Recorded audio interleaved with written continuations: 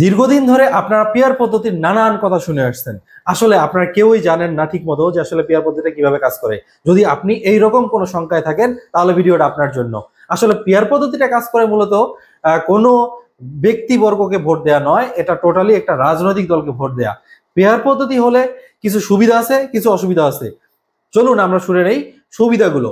Pair পদ্ধতি হলে সুবিধা হবে যে আমরা নর্মাল যে ভোটগুলো দিয়ে আসছি সেই ভোটগুলোর মধ্যে কি হতো, যে দলের এমপি যত বেশি হতো ওই দল রাষ্ট্র ক্ষমতায় যেত।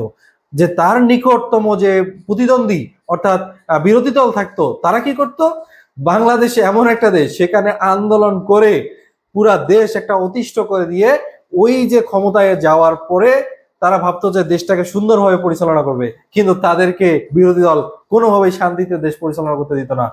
কিন্তু পেয়ার পদ্ধতি হলে এই সমস্যাটার সমাধান হয়ে যাবে। কেন সমস্যার সমাধান হবে? প্রথমত দেখেন, যদি পেয়ার পদ্ধতি হয় প্রত্যেকটা দলের নেতাকর্মীরা প্রত্যেকটা দলের নেতাকর্মীরা তাদের নিজস্ব দলকে ভোট দিচ্ছে। তাতে কি হচ্ছে, নিজস্ব দলের যে পার্সেন্টেজটা বেড়ে যাচ্ছে, ওই পার্সেন্টেজ অনুযায়ী কিন্তু ওই দলের প্রার্থী অতজন সংসদে যাবে। এটা পার্সেন্টেজ অনুযায়ী। সাপোজ 300 প্রার্থী আছে বাংলাদেশের সংসদে, 300 জন প্রার্থী আছে। এখন কোন রাজনৈতিক দলের যদি 1% সমর্থন থাকে তাহলে সে পাবে হলো 3টা আসন। তাহলে এইভাবে প্রত্যেকটা দলের যদি মানে মনোনীত প্রার্থীরা সংসদে যায়, একটা সুবিধা হবে।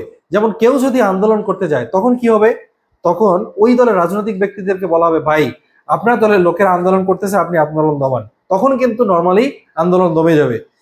এইভাবে পেয়ার পদ্ধতির কিন্তু সব থেকে বড় সুবিধা হচ্ছে এটা, বাংলাদেশে আন্দোলন খুব একটা হবে না। আগামী 10 বছর বাংলাদেশের জন্য খুবই সম্ভাবনা হবে। পেয়ার পদ্ধতি হলে আরো অনেক সুবিধা আছে, মানে আমি সেটা নিয়ে বিস্তারিত পরে আলোচনা করব।